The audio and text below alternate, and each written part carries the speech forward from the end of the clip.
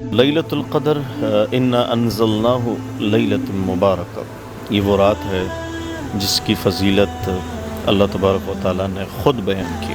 قدر کہتے ہیں عزت کو، اور ایک معنی اس کا نکلتا ہے ایک قیمت، اور ایک معنی نکلتا ہے قلت یعنی تنگی، اور ایک معنی نکلتا ہے حدود۔ اتنے فرشتے اترتے ہیں کہ زمین تنگ ہو جاتی ہے۔ جبریل امین 4 جھنڈوں کے ساتھ آتے ہیں۔ پہلا جھنڈا بیت اللہ میں گاڑتے ہیں، دوسرا روضۃ الرسول میں، تیسرا طور سینہ میں، اور چوتھا بیت المقدس میں۔ اس مہینے میں قرآن سے بڑھ کے کوئی عبادت نہیں ہے۔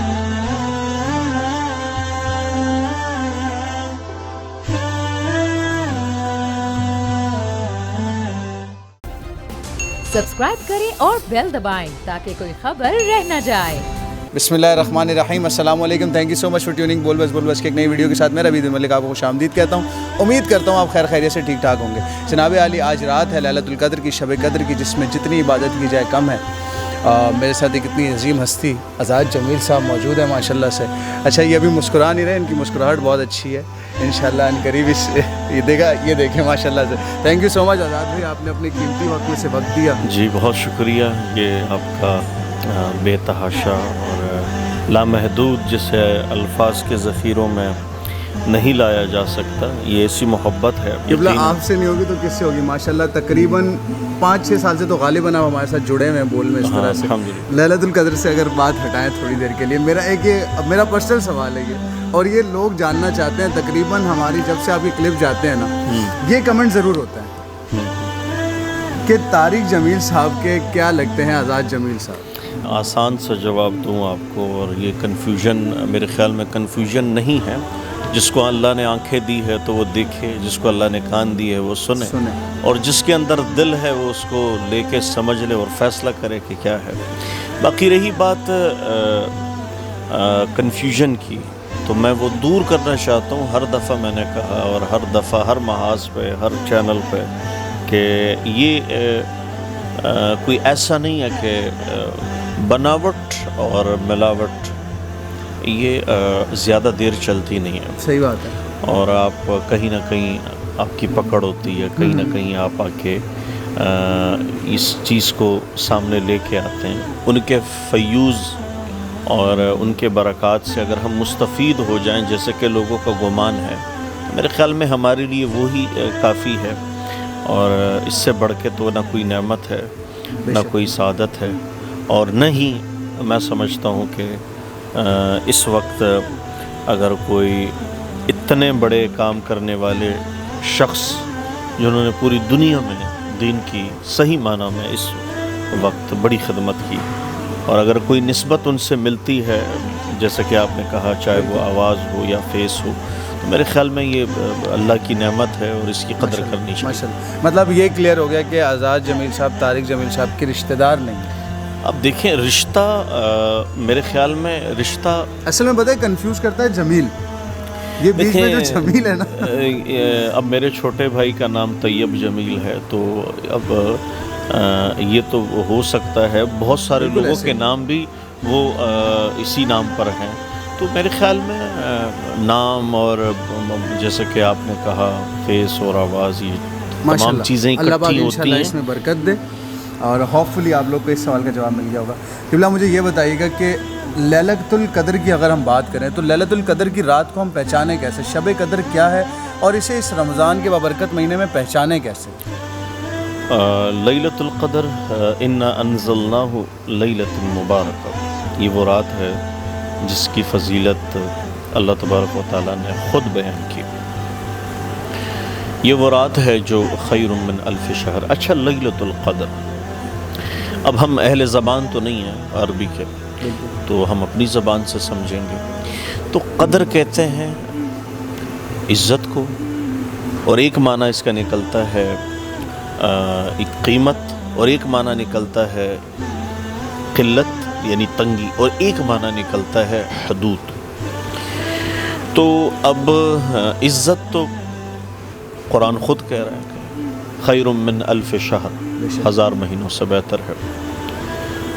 اور اب اس میں جو اس کی منزلت ہے، اس کی عزت کو اگر آپ صحیح معنی میں دیکھیں تو پھر اس میں یہ ہے کہ آسمان سے جو ملائکہ کا نزول ہوتا ہے، تنزل الملائکۃ والروح، جبریل امین سمیت، اور پھر آگے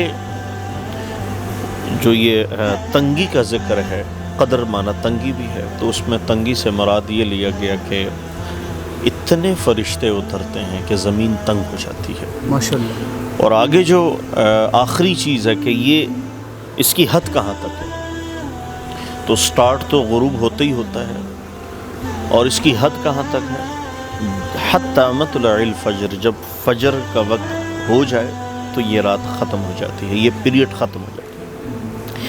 اب یہ رات دوڑ رہی ہوتی ہے اس پوری رات میں، اور فرشتے جو قیام میں ہیں، قعود میں ہیں، تحیات میں ہیں یا اعتکاف میں ہیں، جو جس عمل میں ہے، ان سب کے پاس جا کے ان سے مصافحہ کر کے، اور جبریل امین 4 جھنڈوں کے ساتھ آتے ہیں۔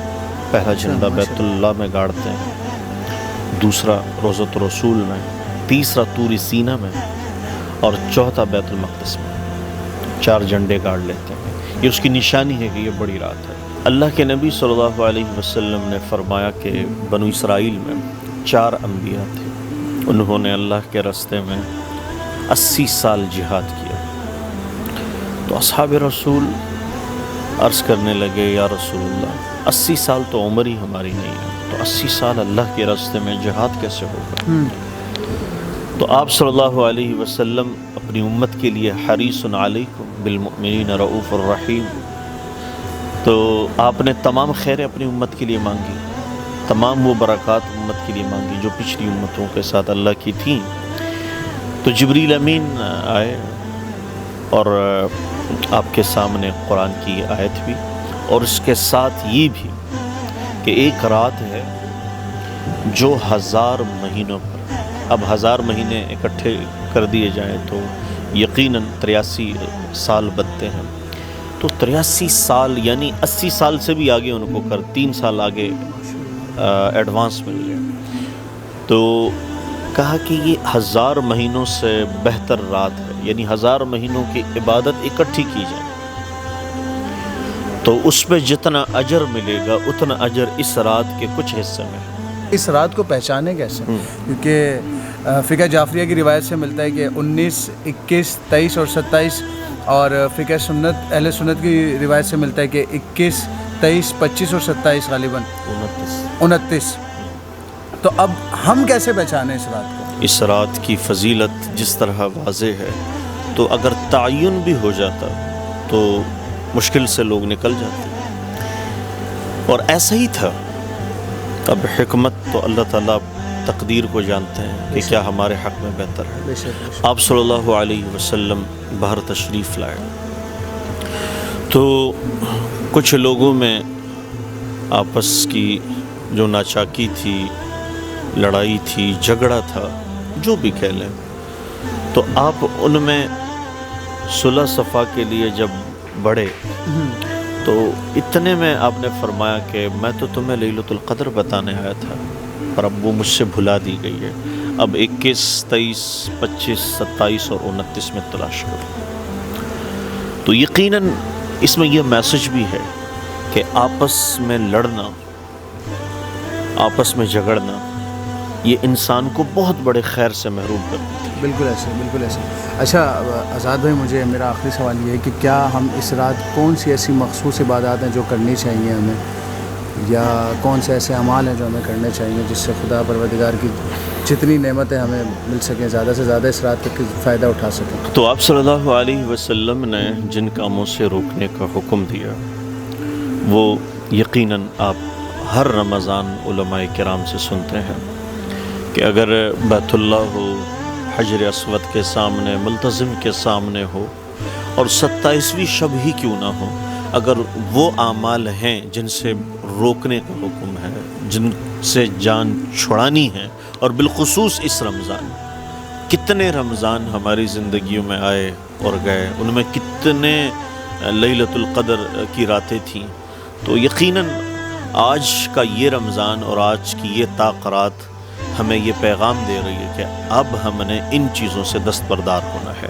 اور جو کرنے والے کام ہیں ان میں پہلی چیز تو یہ ہے کہ اگر اعتکاف ہو جائے تو یہ بہت بہتر ہے، اور اگر اعتکاف نہ ہوا تو اس کے برعکس آپ ان 5 راتوں میں رات کو اٹھ کر 2 رکعت نفل پڑھ کے اللہ سے دعا مانگ کے قرآن کی تلاوت کر کے، اور اس مہینے میں قرآن سے بڑھ کے کوئی عبادت نہیں ہے، روزے کے بعد، نماز کے بعد قرآن سے بڑھ کر کوئی عبادت نہیں ہے، اس سے بڑا وظیفہ اور کوئی نہیں ہے۔ تو اور اس میں جو دعا ہے، جو خاص دعا ہے، اللہ کے نبی نے فرمایا کہ اللہم انک عفو کریم تحب العفو فاعف عنا، اس دعا کا اہتمام ہو اور اس جذبے کے ساتھ کہ یا اللہ میں تیرا وہ بندہ ہوں جو سارا سال تجھے ناراض کر کے،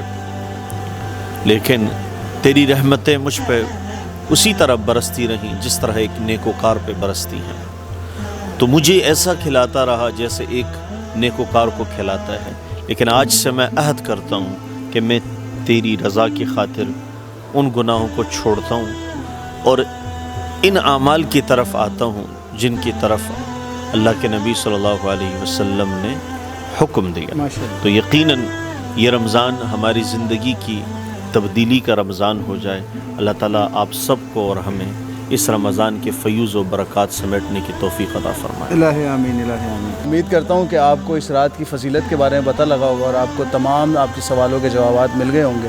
بہرحال بہت اچھی بات کی آقا نے کہ تمام وہ چیزیں چھوڑ دیں جو خدا کو ناپسند ہیں، بالخصوص یہ 5 چیزیں جو گنوائی ہیں ابھی، لیکن میں چاہتا ہوں کہ اگر ہم اس رات کی جتنی برکت سمیٹ سکیں، چوری چکاری ایسے بے حد گناہ ہیں جو ہمیں چھوڑ دینے چاہیے، اور انشاءاللہ عہد کرتے ہیں اس رمضان کے ایسی کوئی چیز نہ کریں جس سے خدا ہمارا ناراض ہو ہم سے۔ اپنا بہت زیادہ خیال رکھیں۔ ربیع ملک کو دیں اجازت، اس ویڈیو کو لائک کریں، شیئر کریں، ہمارے چینل کو سبسکرائب کریں۔ اللہ حافظ۔